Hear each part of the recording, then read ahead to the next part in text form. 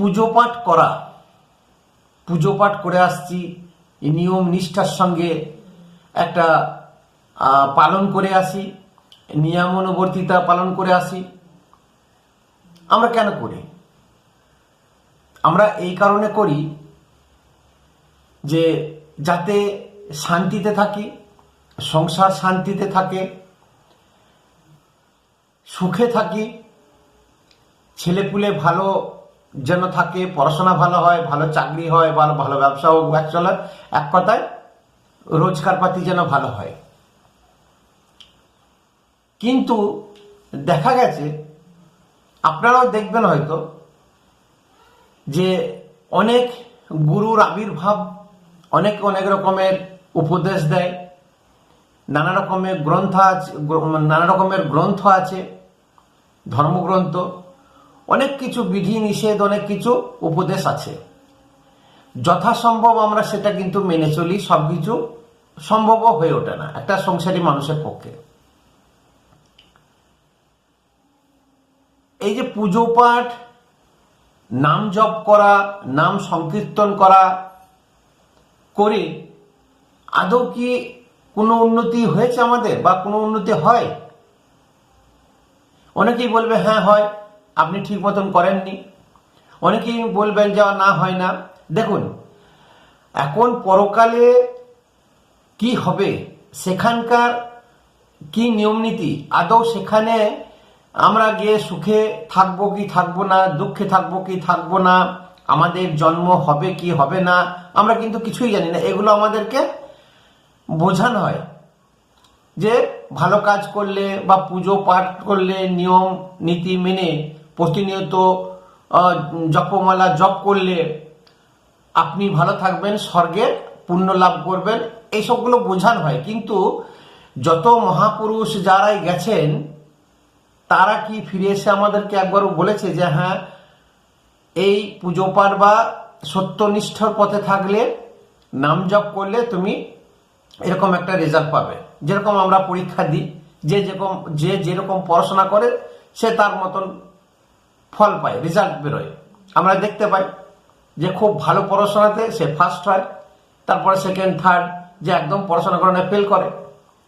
তো ঠিক সেই রকম রেজাল্টটা কিন্তু এখনো আমাদের কাছে প্র্যাকটিক্যালি আসেনি, বা সেরকম কিন্তু নেই। সেরকম বই, গ্রন্থ বা এরকম কোনো মহাত্মা এসে বলেনি যে পুজো পাঠ বা জপমালা জপ করলে আপনি খুব ভালো থাকবেন।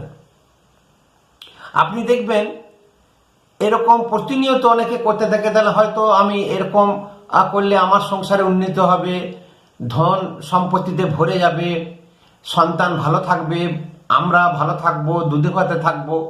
কিন্তু দেখবেন দিনের শেষে বা বছরের পর বছর সেই সংসারটা কিন্তু খুব একটা উন্নতির দিকে যাচ্ছে না, কষ্টের মধ্যে দিকেই তার জীবন অতিবাহিত হচ্ছে, গরিবীর দিকেই যাচ্ছে।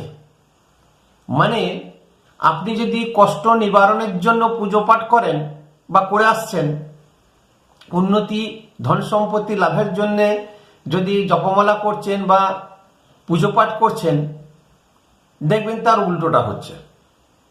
এরকম কিন্তু হয়ে থাকে প্রত্যেকের সঙ্গে। আমি প্রচুর এরকম দেখেছি, জিজ্ঞাসাও করেছি, আমি নিজেও উপলব্ধি করেছি। আর আমার প্রায় অর্ধেকের বেশি ভারতবর্ষ ঘোরা হয়ে গেল, একমাত্র জম্মু কাশ্মীর নর্থের দিকটা যাইনি। যত মন্দির দেখেছি, সেই মন্দিরে যা ভিড় মানুষের, যা ঢল, এরকম অন্য কোথাও থাকে না। তাদের প্রত্যেকেরই একটা মনোবাঞ্ছা থাকে যে আমি মন্দির দর্শন করলে, ঈশ্বর দর্শন করলে আমি ধনবান হব, আমার ধন সম্পত্তিতে ভরে যাবে, আমি খুব সুখে শান্তিতে থাকবো, এরকম একটা মনোবাঞ্ছা। তত পূজারী, তত তিলকধারীদের উপদ্রব, এবং তারা নিজেদের মতন করে যেরকম ভাবে পারে টুপি পরানো, সেটাই বলবো, সেই টুপিটা পরিয়ে যান। আপনার সুস্থ জীবন, আপনি ভালো খাচ্ছেন, ভালো পড়ছেন, খুব ভালো আছেন, শান্তিতে আছেন, হঠাৎ করে আপনাকে চারা দিয়ে উঠলো বা পাড়া প্রতিবেশীর মধ্যে হয়তো কেউ কণ্ঠিমালা পড়েছে, কেউ তিলক নিচ্ছে, কেউ গুরু দীক্ষা নিচ্ছে বা কেউ কিছু করেছে, তাদের পাল্লায় পড়ে আপনিও সেই কাজটা শুরু করলেন। আপনি ভাবলেন যে আমি তো খুব সুখে আছি, আরো সুখ আমার দরকার, আমি আরো ভালো থাকবো, স্বর্গে গিয়ে আমি আরো ভালো থাকবো, যেরকম উপদেশ দিয়ে থাকে আর কি এলআইসি এজেন্টের মতন, জিন্দিগি কে সাথ ভি আর জিন্দিগি কে বাদ ভি। এলআইসি হচ্ছে আপনি মরে গেলে আপনার বউ বাচ্চা এই পলিসি টাকাটা পাবে, বেঁচে থাকতে আপনি বেশি লাভ পাবেন না। ঠিক গুরু যারা হয় ঠিক তারাও কিন্তু এইভাবেই উপদেশটা দিয়ে থাকে। মরার পরে বর্তমানে কিন্তু আপনি কিছুই পাবেন না, যা পাবেন সব মরার পরে।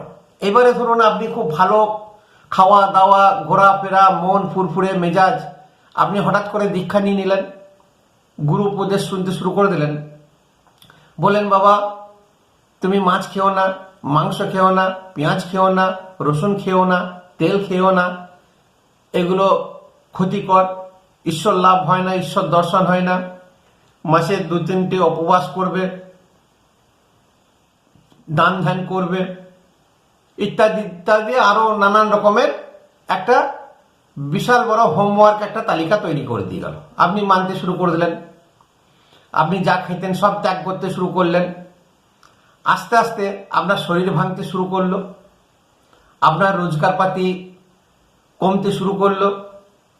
এবার যত এসব হয় তখন আপনাকে বোঝাবে যে আপনার গ্রহ দশা হয়েছে, আপনার গ্রহ দশার জন্য এইগুলো হচ্ছে। এই যে নানান রকমের একটার পর একটা লিঙ্ক আপ আছে ভয় হারানো, আপনি সেই সব কাজে নিযুক্ত হয়ে গেলেন এবং পুজো পাঠ করতে শুরু করে দিলেন, জপমালা আরো বেশি করে জোর জোর করে করলেন। যত রকমের পুজো আছে, যত দেবদেবী আছে সব মানা, ঘোরা, মাথা ঠোকা, হোম যজ্ঞি করানো, যা করার সবই করে নিলেন।